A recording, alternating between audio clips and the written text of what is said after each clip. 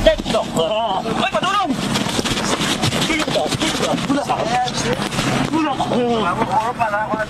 Sa viral video na ito na uploaded ng isang Facebook page, maririnig ang sigaw ng isang person with disability na may mental health concern dahil sa pambubugbog sa kanya. Ngunit kasabay ng kanyang sigaw, maririnig din ang tunog ng kuryente na pinaghihinala ang taser kaya lalo pang lumakas ang sigaw ng biktima. Makikita rin sa video ang kislap na nagmumula sa pinaghihinala ang taser.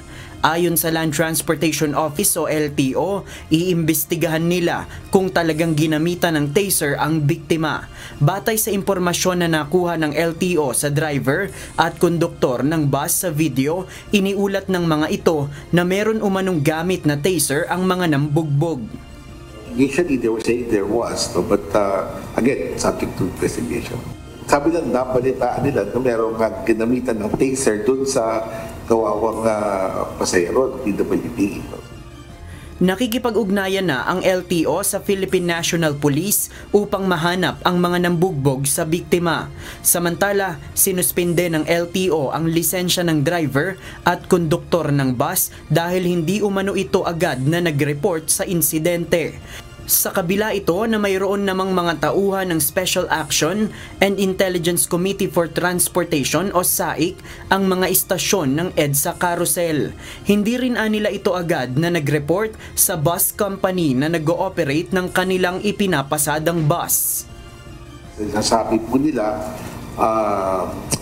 nangangagat daw yung pasahero, no? Tapos sinasabi nila, hindi raw nila alam na kinukuyok yung pasahero sa likod, no? So all this sounds hard to believe. Kung ikaw ay isang kumpanya na pinayagang pagkakitaan ang pagdadala ng mga pasahero sa kanilang patutunguhan, responsibilidad nyo mga kababayan natin, they have to be safe. This was a crime is being committed. This was a crime. Binugbog, kinuyo. Yung isang kababayan natin na may kapansanan sa loob ng isang bus.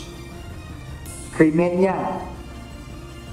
May pagkukulang dyan yung konduktor at driver. Sa inisyal na investigasyon ng LTO, sumakay sa GMA Kamuning Station ang PWD.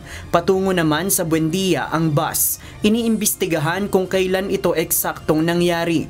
Pero batay sa inisyal na impormasyon ay noong June 9 ng umaga. Sa Lunes, June 16, nakatakda ang pagdinig ng LTO sa nangyaring insidente. JP Nunez, UNTV, News and Rescue. Diyos ang aming sandigan, serbisyo publiko ang aming pinahahalagahan.